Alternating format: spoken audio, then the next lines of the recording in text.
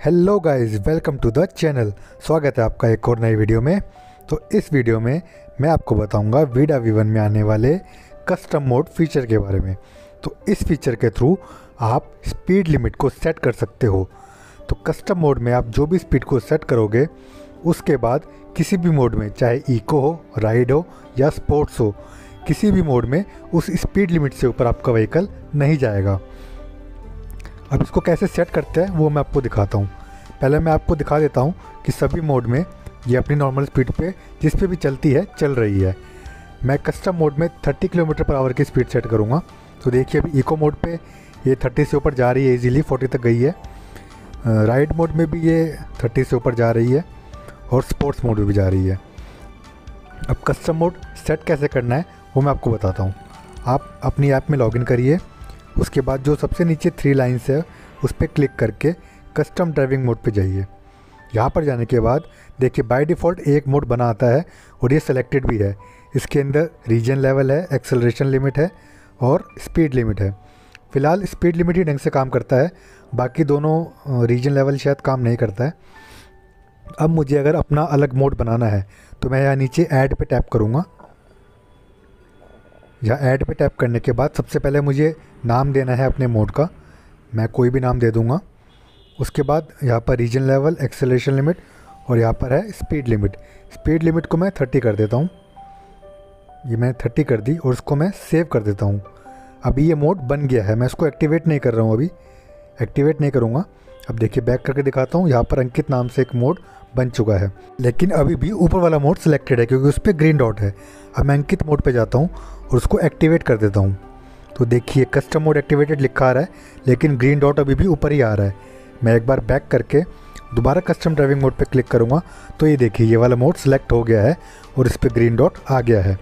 अब मैं आपको व्हीकल चला के दिखाऊँगा कि ये लिमिट पर रहता है स्पीड या नहीं। तो सबसे पहले इको मोड में देखते हैं। क्योंकि मैंने कस्टम मोड में 30 की स्पीड सेट करी है तो देखिए ये 33 तक जा रहा है, इसके ऊपर नहीं जा रहा है। मैं स्पीड दे रहा हूँ तो भी ये नहीं जा रहा है। अब राइड मोड में देखिए ये राइड मोड में 34 तक जा रहा है। 2-3 किलोमीटर पर आवर का ऊपर नीचे रहता है इसमें।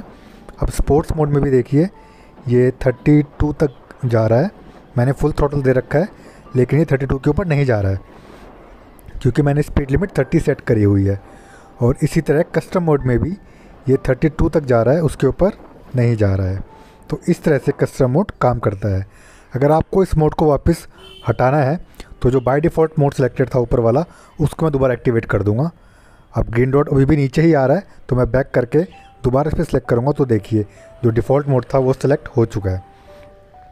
अब देखिए अब मैं व्हीकल चलाऊँगा तो जो normal speed eco, ride, sports mode की होती है उसी स्पीड पे ये चलेगी।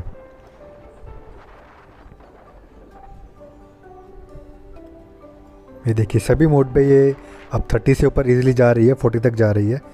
अब अगर आप घर पे हैं और कस्टम ड्राइविंग मोड एक्टिवेट करने की कोशिश करके देखते हैं। अब ये अंकित वाले मोड को मैं एक्टिवेट करने की कोशिश करता हूँ। इस पर मैंने टैप किया और नीचे जाके यहाँ एक्टिवेट पे टैप करूँगा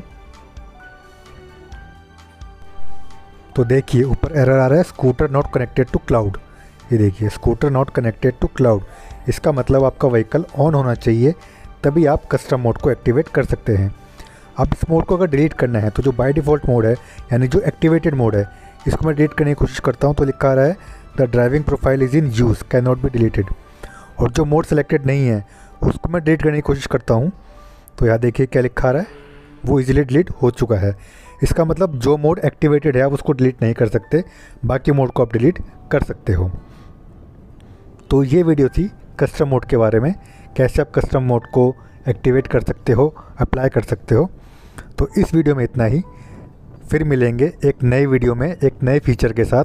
तब तक आप जुड़े रहिए चैनल के साथ, सब्सक्राइब करिए, वीडियोस को लाइक करिए, शेयर करिए और कोई भी डाउट हो तो आप कमेंट में पूछ सकते हैं। तब तक के लिए गुड बाय।